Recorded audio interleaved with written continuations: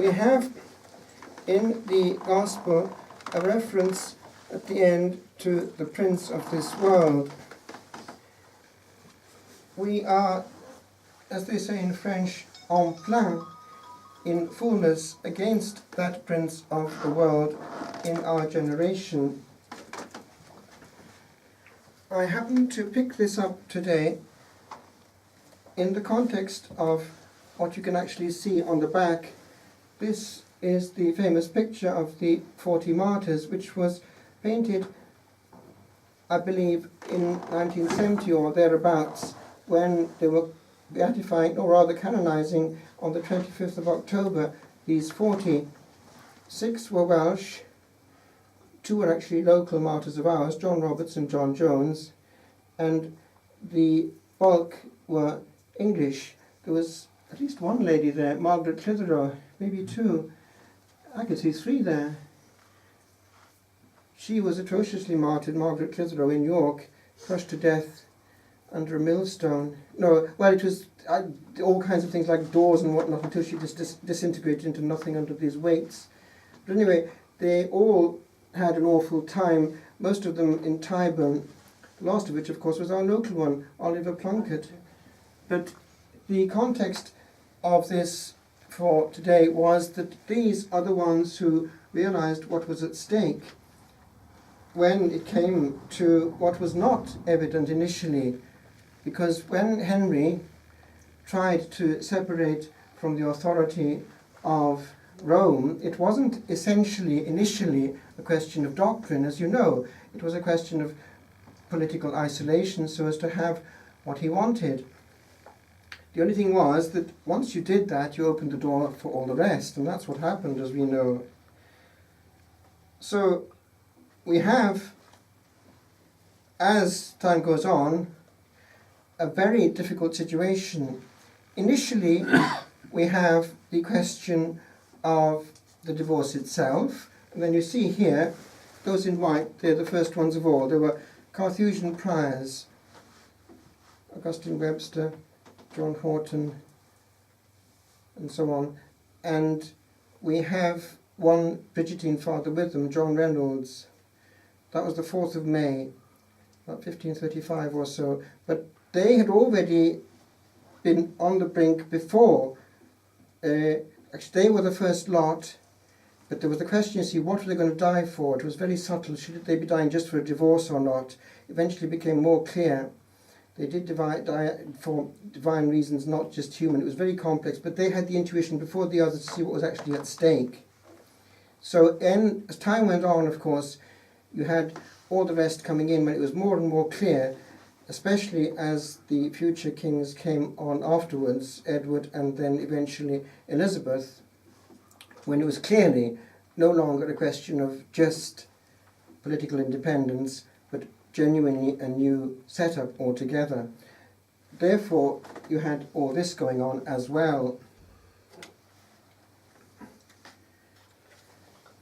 You had a whole underground system in which the Jesuits particularly were involved, where they had aliases, they had other names, they had a whole network of hidden priests and ingeniously made hidey holes. They had a brother, a lay brother, Little John, who was an expert at creating the most almost miraculous hidey holes you could imagine.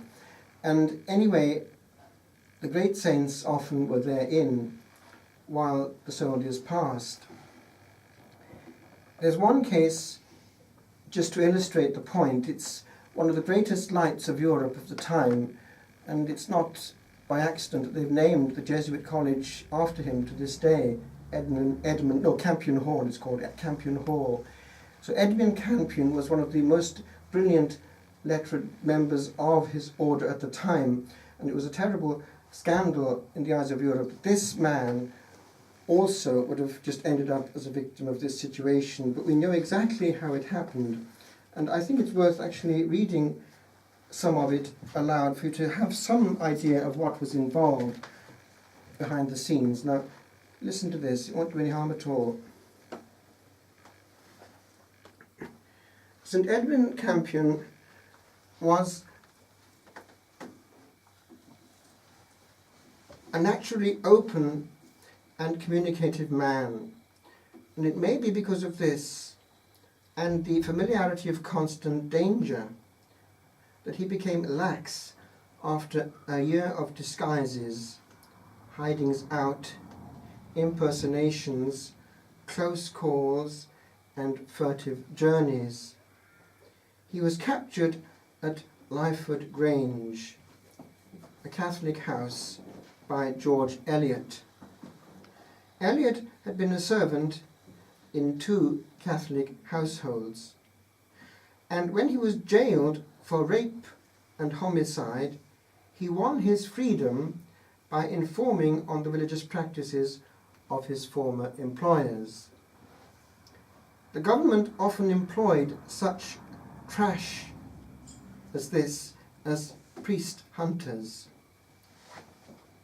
Through servants, he knew himself at that place, Lyford. He got himself invited to Father Campion's Mass and listened to his sermon on a text of the day.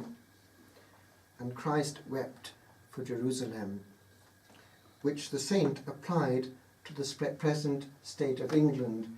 Maybe you could translate that to Ireland in our present day. The recusants present remembered this sermon as the prelude to St. Edmund's own Passion. Eliot left as soon as he unobtrusively could, and with the nearest magistrate surrounded the house. It's like James Bond. With armed men. The search lasted almost 24 hours. Do you see how clever little John was in creating these hidey holes? When Campion, now what happened? They had abandoned the project. He's just not there, or at least we can't find him yet. He must be there. But anyway, they had to abandon it. They couldn't find him. So we're going away, horses and all, and the sheriff in charge, magistrate, just had one last look back, and he had a brainwave. Look, there's a part between there and there to which we didn't have access. Do you think? So they went back with themselves, found the exact place from the inside, and bashed and opened, and there he was, crouching. So, they found him, hidden in the dead space of a stairwell. He was paraded publicly to London and placed in Little Ease, a cell in the Tower without light and too small for standing or lying down. 4 days later, he was taken without warning up the Thames to Leicester House, where Queen Elizabeth was visiting the Earl. After a brief interview, they came to the point. Splendid appointments in the Anglican Church were awaiting him if he would abjure his faith publicly. He declined. 5 days later, the Earl of Leicester, his former patron, authorized Campion's torture. From July through November, he was put to the rack 3 times. The rack was a rectangular frame in which the prisoner was laid. His wrists and ankles were fastened at either end, so that his body was sometimes suspended in the air. The effect was to pull his arms and legs out of joint, tear the wrists and ankles, and make respiration difficult, rather like our Lord on the cross. The pain was excruciating. Strong men fainted at the sight of the machine. Campion confided to someone that during his third bout on the rack, he thought they had decided to execute him by means of it. Their purpose was to get from him sensational tales of Spanish gold, to foment rebellion, and audacious plots to murder the Queen. Nothing of the sort was forthcoming.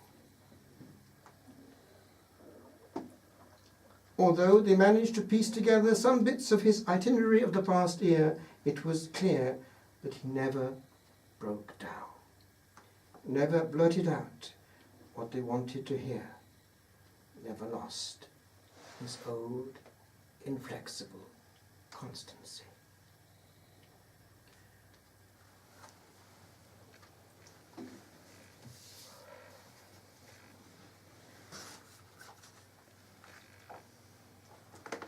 England was Our Lady's dowry. The Anglican system set up was a masterpiece of compromise, a halfway house between Rome and Geneva. So much so that people who come from the continent and look for a Catholic church on a Sunday will accidentally find themselves in an Anglican church and think they're in the right one.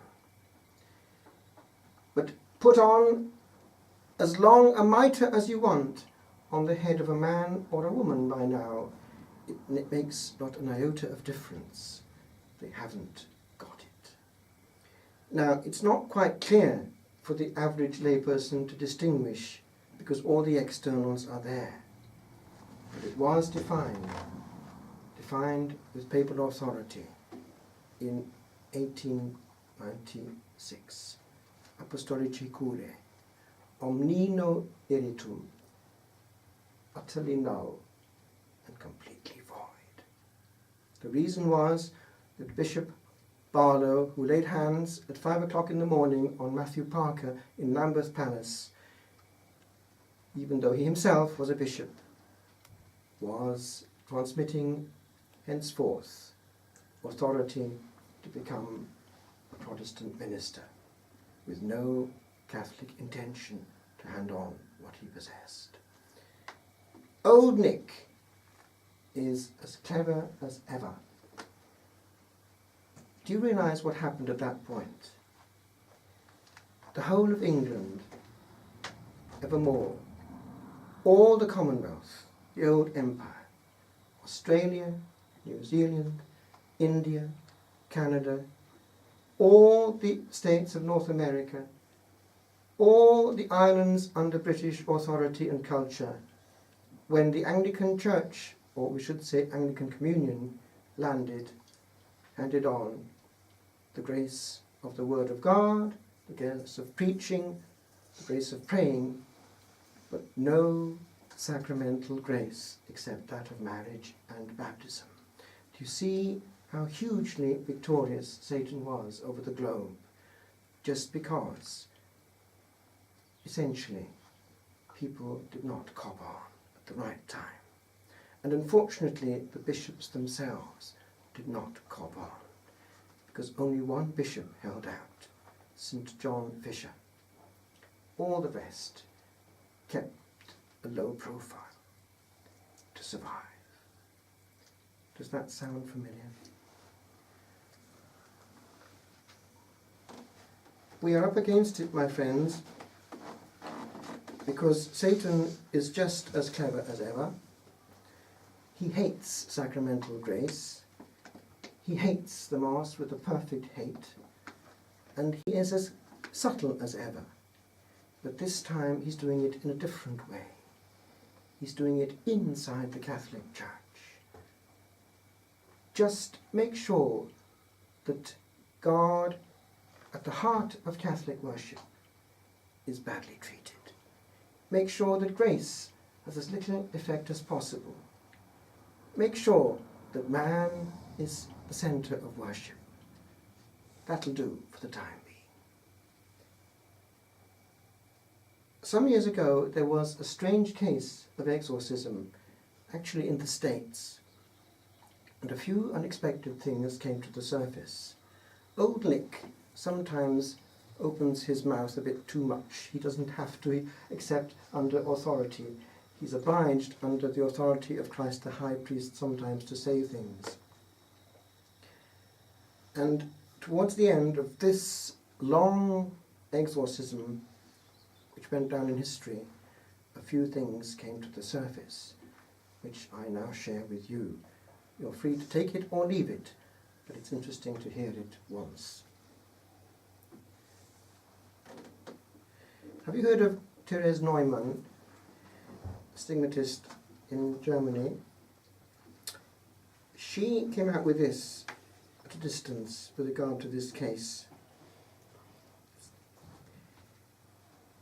The stigmatic woman of Connersreuth had a terrible vision on the feast of St. Michael, pertaining to the exorcism that had taken place in Erling in the States. She witnessed at a distance the frightful battle between the angels of heaven under the leadership of St. Michael and the infernal demons under the command of Lucifer. Now, do you know that there is a perfect correspondence down under to what we're used to on top? There are 9 choirs of angels, all in perfect obedience and harmony. In reverse, you've got the same thing going on down under, more or less. Obedience to Lucifer. She was so shocked and confused by it that she said, "If it be not against the will of God, I will ask him never again to permit me to witness anything so terrible." It was by far the worst vision she had ever experienced. Now, we can't see it, but right now there's a huge invisible battle going on this planet, in the angelic stratosphere, you might say. But we're engaged, because the devil wants, above all, immortal souls. That's what he's after. Father Theophilus, he was the one who performed this whole series of exorcisms. Here he is, the holy man, you can see him. Basing his opinion on his numerous experiences with cases of possession, believes that the hour of the Antichrist is not far distant. Lucifer himself was present. Now, this is extremely rare. The boss, the big boss. Lucifer himself was present for about 14 days in the Erling case. With all the forces of hell at his disposal, he tried his utmost to make this a test case. This is Lucifer now. His utmost. More like the Battle of the Somme. Once Father Theophilus saw Lucifer, that's some sight I would say, saw Lucifer standing visibly before him for half an hour. A fiery being in his characteristically demoniac reality. Do you know that the children of Medjugorje, way back, I think 2 of them were shown hell. Our Lady took them by the hand, Ishka and Yakov, when they were smaller, and took them down. They had to be told, as the children of Fatima, for the others, us, that it was a reality, the reality we have to be aware of, because we're not here for fun. And they saw this, apparently. For a moment, the veil was lifted on one issue. A beautiful woman was seen going from her body into the beyond. And as she approached that other realm, because she was losing herself, she was, before their eyes, losing that beauty and acquiring another form, similar to the one that she had served in this short life, which was determining henceforth evermore. He had a crown on his head. Just think. Remember, he was the most brilliant creature. That's why he hates our Blessed Lady now. Of course, pride. That was the fall.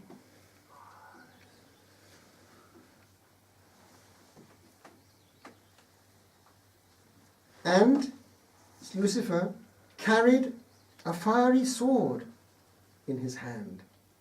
The exact opposite. There's Martin. Is he here? There he is.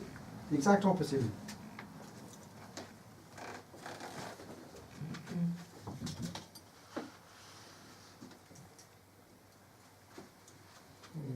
That portrays it very well, doesn't it? Head on, or rather, foot on the head. So, this time, old Nick, has a fiery sword in his hand. Now listen to this. Beelzebub. You know, in Hebrew that means Lord, Baal, Beel, Zebub. Zebub, that's flies, Lord of the flies. Now, Beelzebub, therefore he's not the boss. Beelzebub stood alongside of him. And there was a case in the 70s, or maybe even more recent, 80s, of exorcism, which went down in print, where there was a tirade going on between the exorcist and the person possessed. And the whole dialogue is very penetrating. It turned out that the exorcist was addressing, he wanted to know who. Beelzebub! It was Beelzebub who was there. And the exorcist asked, why isn't it Lucifer himself, or why is he there? And the answer came back, I am here by order of Lucifer. And so the other one asked him again, by order of? Does that mean that there is obedience down there?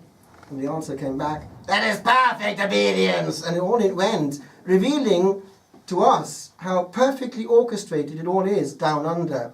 They obey HQ, which is down under. And far more intelligent than we are. Do you see how, if we're off guard, they've got us? And by the way, it's come out too in exorcism, very recent, that his best friends, his best collaborators are, wait for it, priests. Do you know why?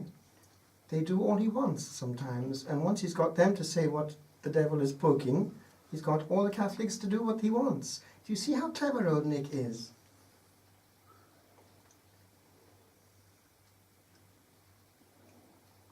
During this time, the whole room was filled with flames. Lucifer was cursing and blaspheming in a terrible rage. Now, if you hear bad language, you're hearing just what Lucifer is pushing. Go on, say it, say it, say it. He loves to hear it. So people who use bad language are puppets. They're poked, and they're poked fun of by the demons, and they think they're cool. We imitate the one that we're friends of, do we not? Our idols. Hence you see the power of a modern idol. If a modern pop star or actor does certain things, millions perhaps will imitate. Powerful, isn't it? Does that sound vaguely familiar? If I could, says Lucifer, I would have choked you long ago. And listen to this. If I only had my former powers, he is chained, you would soon experience what I could do to you. Now listen. Through the powers of Christ, he had been deprived of his original might, as even now, through exorcism, his influence was further diminished. Now remember, a priest, no matter what he's wearing or not wearing, is not just a man. He's 100% configured to Christ the High Priest. And old Nick knows it. And he hits hard the good ones, often with a nice lady. Every priest who's doing the Lord's work is an awful nuisance for down under. Hit the good ones. Often, if you're not careful, through lack of support, people who criticize their priests and discourage them, people who also will not let them say the truth. Do you see how the devil uses even Catholics without their knowing it? Look at what happens in practice if a priest says the truth.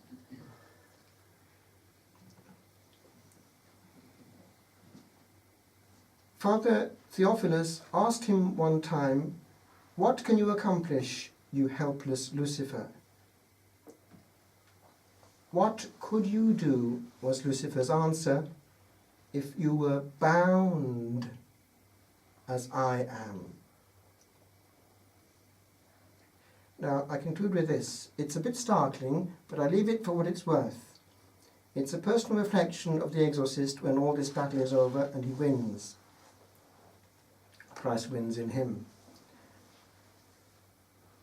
This good priest, who has had 19 cases of possession under his care within recent years, seems convinced that present indications point to the beginning of a great battle between Christ and Antichrist. He also seems to have learned, now we don't know how, that Judas will appear as Antichrist in this manner, that a human person soon after birth will be controlled and completely ruled by him.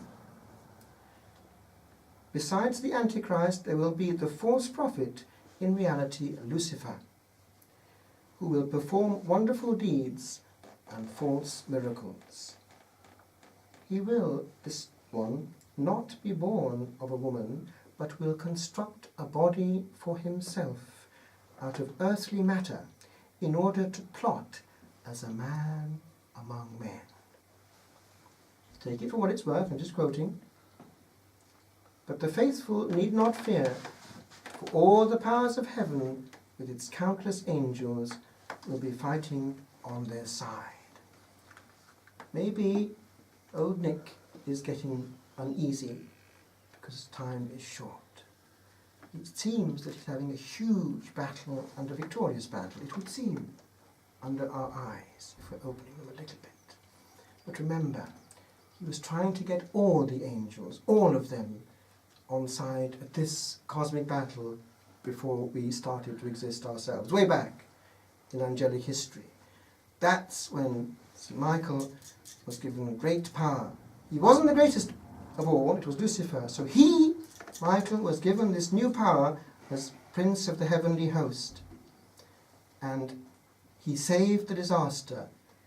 2/3 rallied round him, and only a third was lost. A huge number. We've got the majority on side. One last thing. We know that John Paul II had in his heart of hearts a regret that the St. Michael prayer had been withdrawn in 1964. When it was, what happened? A whole shield, a whole barrage, a whole artillery of protection was removed. And it seems that Paul VI copped on that that's actually what happened. For in 1971 or so, he is known to have commented that the smoke of Satan has crept into the temple of God by some chink. Blessed